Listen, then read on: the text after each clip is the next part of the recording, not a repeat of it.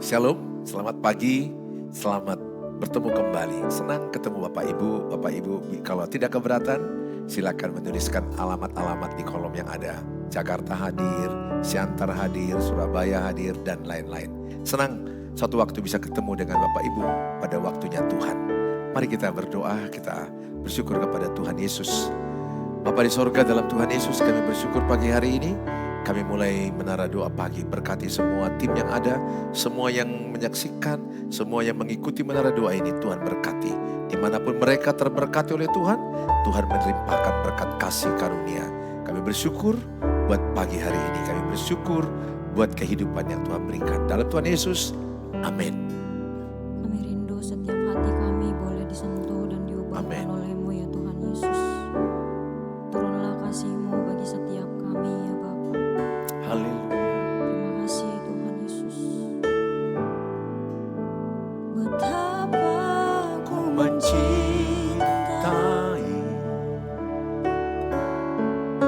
segala yang telah terjadi.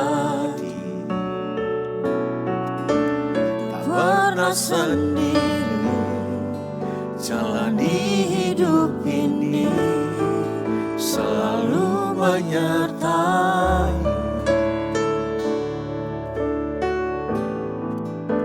Betapa aku menyadari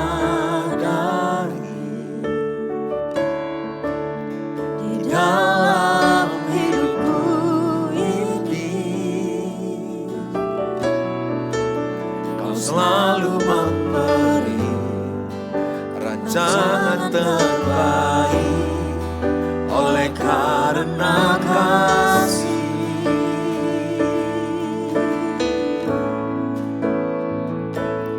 Bapa, sentuh hatiku, ubah hidupku menjadi yang baru. Bagaikan emas yang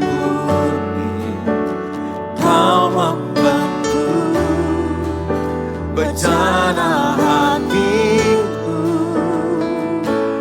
Bapa, ajarku mengerti sebuah kasih yang selalu memberi.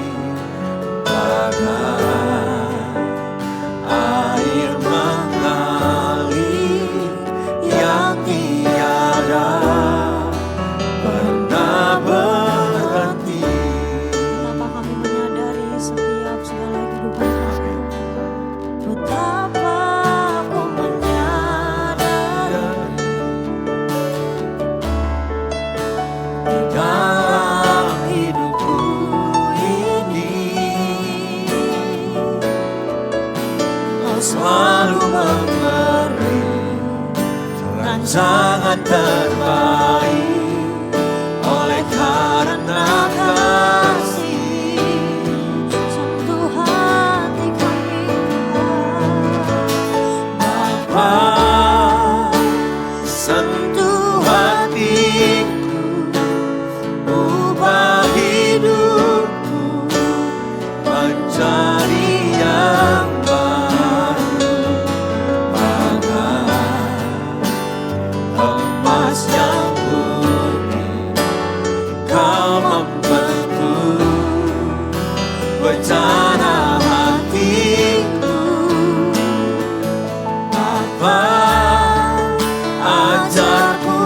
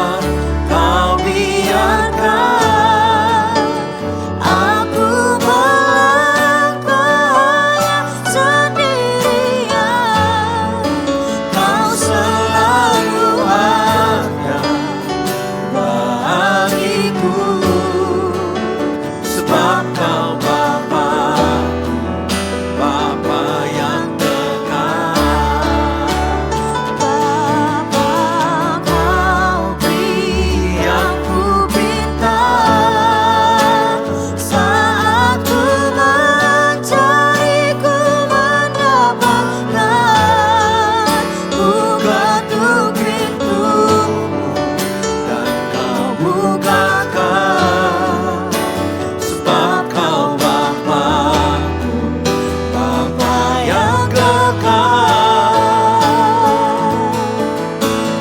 Takkan Kau biarkan aku melangkahnya sendirian.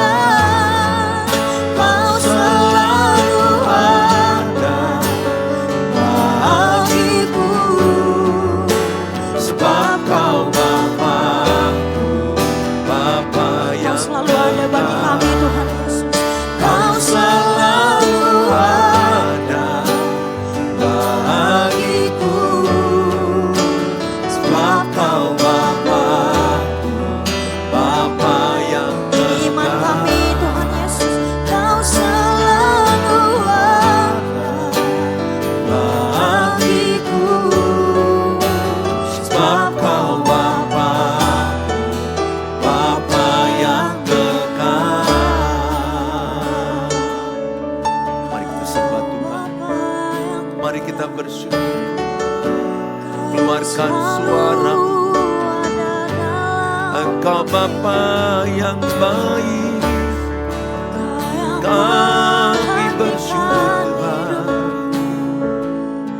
kami berterima kasih buat segala kebaikan-Mu, segala berkat-Mu, rencana-Mu yang terindah, rencana-Mu yang terbaik di dalam hidup kami. Terjadilah Tuhan, terjadilah rencana-Mu. Kami percaya yang terbaik dari-Mu. Terima kasih, Kau beri kekuatan, kesembuhan, perlindungan. Ada damai di dalam-Mu, ada ketenangan. Kami bersyukur, kami bersyukur. Terpujilah Engkau, terima kasih.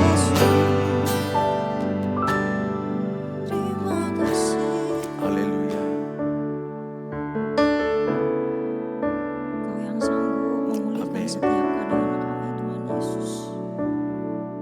Kami nyatakan Tuhan Pasti sanggup, tangannya takkan terlambat untuk mengangkatmu.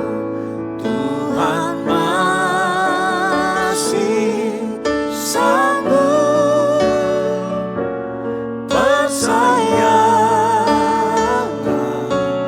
Dia tak tinggalkanmu. Tuhan pasti sanggup, tangannya takkan terlambat untuk mengangkatmu. Tuhan masih sanggup, percayalah, Dia tak tinggalkanmu. Percayalah, Dia tak tinggalkanmu. Percayalah, Dia tak tinggalkanmu. Mari kita berdoa. Bapa di surga, dalam Tuhan Yesus, kami siapkan hati kami diberkati dengan firman Tuhan Yesus. Urapi hamba-Mu, urapi semua yang mengikuti menara doa pagi. Di dalam Tuhan Yesus kami berdoa. Amin. Shalom Bapak Ibu, senang ketemu Bapak Ibu kembali. Hari ini tema kita adalah masalah membentuk kedewasaan rohani. Masalah membentuk kedewasaan rohani. Supaya kita menjadi serupa dengan Kristus. Bukankah kita punya tujuan yang paling mulia adalah menjadi serupa dengan Kristus. Menjadi segambar dengan Kristus. Karena kitab Kejadian 1 jelas katakan, Allah menjadikan manusia serupa dan segambar dengan Kristus. Tulis dalam kolom, saya mau menjadi serupa dengan Kristus. Nah, untuk menjadi serupa dengan Kristus, sering kita dibentuk tidak dalam keadaan enak, tidak dalam keadaan nyaman. Kita dibentuk dalam keadaan tidak nyaman, sakit, sulit, sengsara, menderita. Tapi proses itulah yang memang membentuk kita mengarah Kristus. Kalau kita semua gampang, semua mudah, semuanya serba sukses, kita tidak akan dibentuk. Kita tidak akan pernah merasakan manis kalau nggak pernah merasa pahit. Karena tahulah rasanya pahit, maka tahu kita manis. Oleh karena itu saya mengajak sama saudara, ketika ada masalah yang diizinkan Tuhan, itu adalah proses pembentukan kedewasaan rohani. Pembentukan supaya serupa, segambar dengan Kristus. Saya akan ambil dari Yakobus 1 ayat yang keempat dikatakan. Dan biarkanlah ketekunan itu memperoleh buah yang matang. Supaya kamu menjadi sempurna dan utuh dan tak kekurangan suatu apapun. Ayat ini dikatakan bahwa ketika ada pencobaan, masalah, kesengsaraan, kesulitan hidup, yang diinginkan Tuhan adalah kita semakin bertekun dalam Tuhan. Semakin bertekun evaluasi diri, bertekun untuk memperbaiki diri. Pola pikir, pola hidup, cara hidup. Ayat ini mengajarkan apabila kita menghadapi masalah, kalau kita bertekun, maka kita akan tahan uji. Dan kalau kita akan tahan uji, maka kita akan menghasilkan buah yang matang, karakter yang matang, buah roh yang ada dalam Galatia 5. Kita menjadi orang yang penuh kasih, sabar, murah hati, bahkan penguasaan diri. Sukacita ada pada kita. Supaya kamu menjadi sempurna. Jadi lewat masalah, lewat penderitaan, kita dibentuk semakin sempurna seperti Kristus. Lewat masalah, lewat penderitaan, kita semakin utuh. Kita semakin utuh, whole, semakin utuh dalam hidup kita. Dan tak kekurangan suatu apapun. Jadi ternyata proses masalah, penderitaan, kesulitan, seizin Tuhan membentuk kita supaya kita semakin dewasa rohani. Semakin kita serupa dengan Kristus. Hanya sering sekali kita nggak sabar dalam proses itu. Kita mau atur Tuhan, kalau bisa cepatlah masalah ini. Kalau bisa masalah ini jangan ku alami. Kalau bisa bukan ini yang ku alami. Kalau bisa, kita sering gak sabar. Bahkan kita mau kontrol Tuhan. Kita mau atur Tuhan. Ingat Pengkhotbah 3 ayat 11, semua indah pada waktunya. Semua masalah yang diizinkan Tuhan, semua indah pada waktunya. Sabar aja ibu bapak. Tulis dalam kolom. Saya mau diproses menuju kedewasaan rohani. Tulis dalam proses, dalam kolom. Saya mau diproses menuju kedewasaan rohani. Sering kita mau seperti Kristus, mau dewasa rohani. Tidak mudah. Saya sebagai pendeta, sekolah teologi 2 kali. Saya sudah 38 tahun pelayanan. Cukup lama saya melayani Tuhan. Tapi saya melihat di jalan hidup yang sulit itu, saya disekolahkan Tuhan. Di jalan hidup yang penuh kesengsaraan, penderitaan, saya banyak dibentuk Tuhan. Semua para rasul dan para nabi di Alkitab, bahkan Yesus sendiri mengalami proses yang menyakitkan di Taman Getsemani. Persoalan, penderitaan yang kita alami. Bukan karena Tuhan mau menghukum kita. Bukan karena Tuhan mau menjauhkan kita. Bukan kita dikutuk Tuhan, bukan. Masih ada orang-orang Kristen percaya kutuk, kasihan deh. Kalau engkau percaya Tuhan Yesus, kutuk sudah tidak ada. Roma 8 ayat 1, penghukuman aja tidak ada lagi. Tidak ada lagi namanya engkau masuk api neraka, tidak ada lagi. Kalau engkau benar dan sungguh percaya Tuhan Yesus, engkau memperoleh hidup kekal. Tetapi bukan hanya itu yang Tuhan mau. Tuhan mau engkau menjadi alatnya. Tuhan mau engkau dipakai penjaring manusia, penjala manusia, memenangkan jiwa-jiwa. Sebelumnya engkau dibentuk dulu, digembleng. Samalah dengan polisi dan militer Indonesia. Sebelum mereka dipakai dalam tugas. Sekarang juga kalau kita lihat bagaimana ada namanya Koperasi Merah Putih, mereka anggota-anggotanya, timnya, para manajer, calon manajer, dibentuk, digembleng mental mereka. TNI Polri digembleng mental mereka, dibentuk. Makin mau tinggi pangkatnya, makin tinggi penggemblengan, pendisiplinan, pembentukan. Itu adalah tujuannya apa? Supaya dia siap.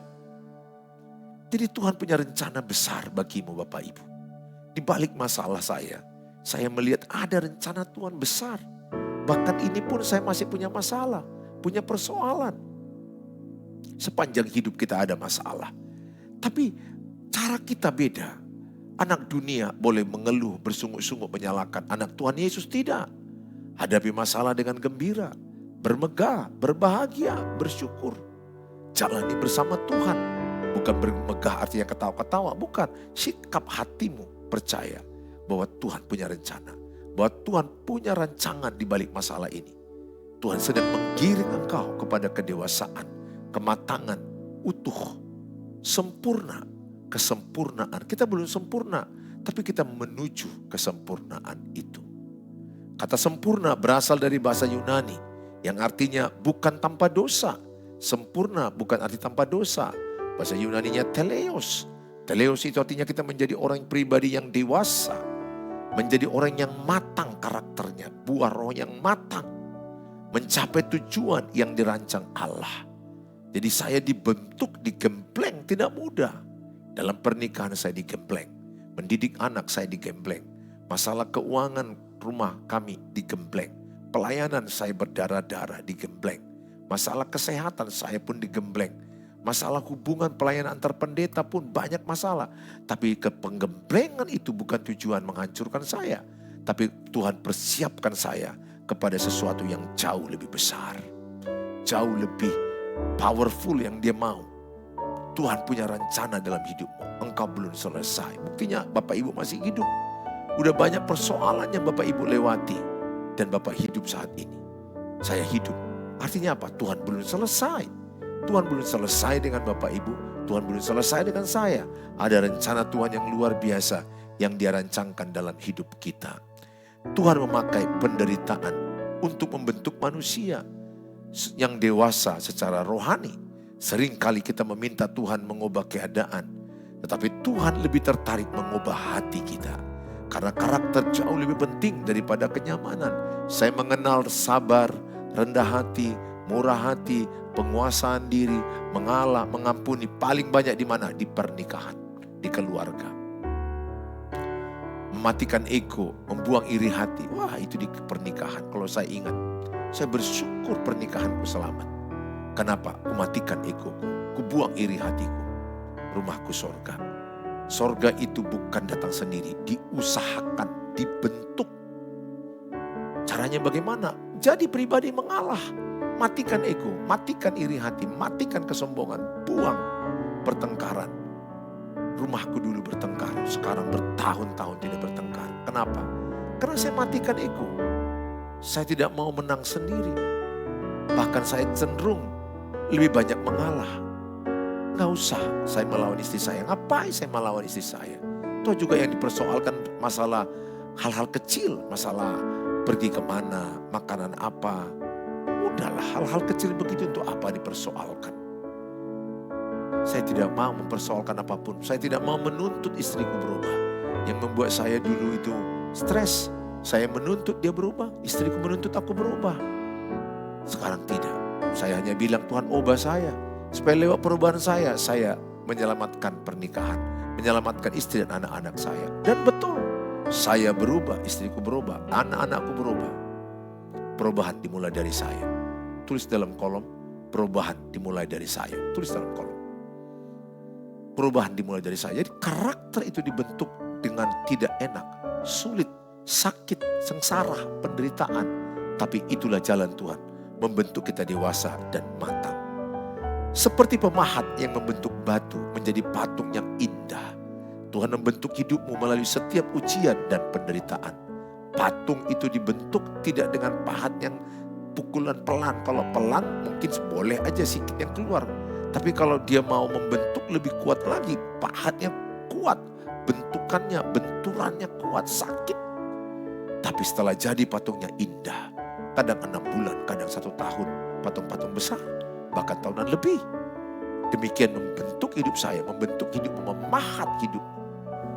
Tuhan pahat hidup saya. Tuhan pahat bagian yang tidak berguna, yang buruk, yang kasar, yang jahat, pahat. Tuhan kikis iri hatiku, Tuhan kikis, Tuhan pahat kesombonganku, Tuhan pahat segala egoku, Tuhan pahat pertengkaran tidak dalam diriku. Kesombonganku Tuhan pahat. Dan aku melihat hidupku semakin hari, semakin ke arah Kristus. Tidak sempurna, kita semua sedang menuju kesempurnaan. Tapi izinkan Tuhan memahat bagian hidupmu yang tidak berkenan, supaya engkau semakin berkenan di hadapan Allah.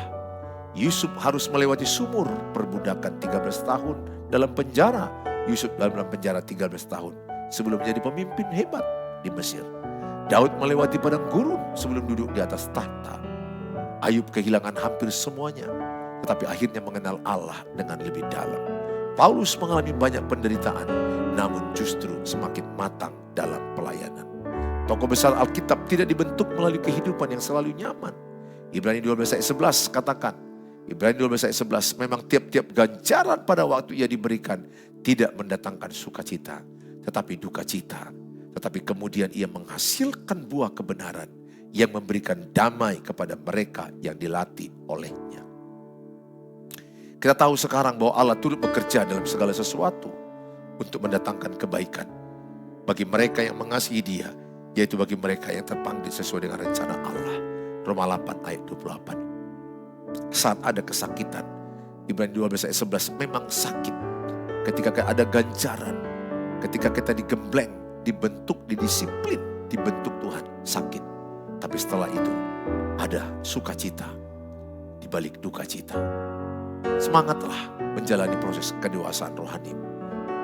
Teruskan baca Alkitab, teruskan mendengarkan, mengikuti menara doa pagi, berdoa, evaluasi dirimu. Dan izinkan Tuhan karaktermu semakin dibentuk rendah hati, lemah lembut, tidak iri hati, tidak memegahkan diri, tidak sombong. Tuhan memberkati kita semuanya. Mari berdoa. Bapa di sorga, dalam Tuhan Yesus kami bersyukur. Berkat kasih karunia-Mu, kami diberkati dengan firman Tuhan. Bahwa masalah, penderitaan, proses pendewasaan rohani, proses pembentukan iman kami makin dewasa, kami serahkan dalam tangan-Mu. Kami mau makin dewasa, makin matang, makin utuh, dan disempurnakan. Kuatkan kami ketika ada ganjaran yang Kau izinkan. Ketika ada pendisiplinan, penggemblengan, kuatkan kami. Agar tidak ada satupun kami yang undur iman, tidak tawar hati. Kadang kami rasa tidak kuat, tapi ada kekuatan dari Tuhan. Terima kasih Bapa. Kami berdoa bagi mereka yang sakit. Angkat tangan kanan, taruhkan di bagian tubuh yang sakit. Di dalam nama Tuhan Yesus, bagian tubuhmu yang sakit, sembuhlah. Oleh bilur-bilur Tuhan Yesus, sembuhlah. Terimalah mujizat, kuasa kesembuhan. Hari demi hari engkau makin sembuh. Perkatakan aku sehat walaupun masih sakit. Sembuh walaupun masih sakit. Selalu imani, perkatakan terus. Perkataan iman. Berkati obat-obat, tenaga medis, tenaga dokter. Berangsur-angsur mereka sembuh. Berangsur-angsur terjadi mujizat. Kesembuhan, bahkan ada yang langsung disembuhkan Tuhan. Terima kasih. Sebentar kami Tuhan, berkati kami semua masalah keuangan, ekonomi, atau ada yang menjual rumah, menjual pertapakan tanah, yang membutuhkan anak, membutuhkan keturunan, menginginkan anaknya lulus dalam ujian-ujian pekerjaan, mendapatkan jodoh. Tuhan, apapun yang mereka tulis dalam kolom ini, di dalam kolom-kolom yang ada di YouTube, Tuhan berkati. Tuhanlah pengharapan kami. Tuhanlah menjawab doa-doa kami. Dalam Tuhan Yesus, tuntunlah pekerjaan kami seharian ini. Kami serahkan dalam tangan-Mu, keluarga kami, kesehatan kami. Dalam Tuhan Yesus kami berdoa. Mari ucapkan doa Bapa kami. Bapa kami yang di sorga, dikuduskanlah nama-Mu. Datanglah kerajaan-Mu, jadilah kehendak-Mu di bumi seperti di sorga. Berikanlah kami pada hari ini makanan kami yang cukupnya. Dan ampunilah kami akan kesalahan kami, seperti kami juga mengampuni orang bersalah pada kami. Dan janganlah bawa kami ke dalam pencobaan. Lepaskanlah kami daripada yang jahat, karena Engkau yang punya kerajaan dan kuasa dan kemuliaan sampai selama-lamanya. Bawalah berkat Tuhan, terimalah berkat Tuhan. Tuhan menyinarkan wajahnya padamu. Tuhan menyertai melindungi engkau, menjauhkan engkau dari mara bahaya. Tuhan buat engkau naik tidak turun, melimpah tidak kekurangan. Tuhan buat engkau berhasil dan beruntung. Lakukanlah perintah Tuhan, hiduplah di dalam perkenanan Tuhan.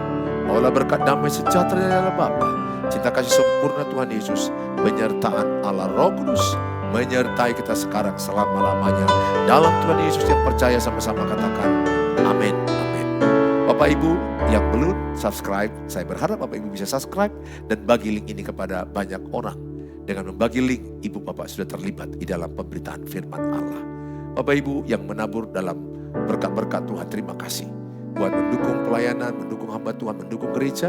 Terima kasih buat berkat yang sudah kami terima. Tuhan kembalikan berlipat kali ganda. Bapak Ibu yang ingin konseling di 0811 63 7347. Di chat aja dulu karena jadwal saya sudah sangat padat. Semampu saya akan jawab. Tuhan Yesus memberkati, sampai jumpa besok pagi jam 5 waktu Indonesia Barat. Shalom.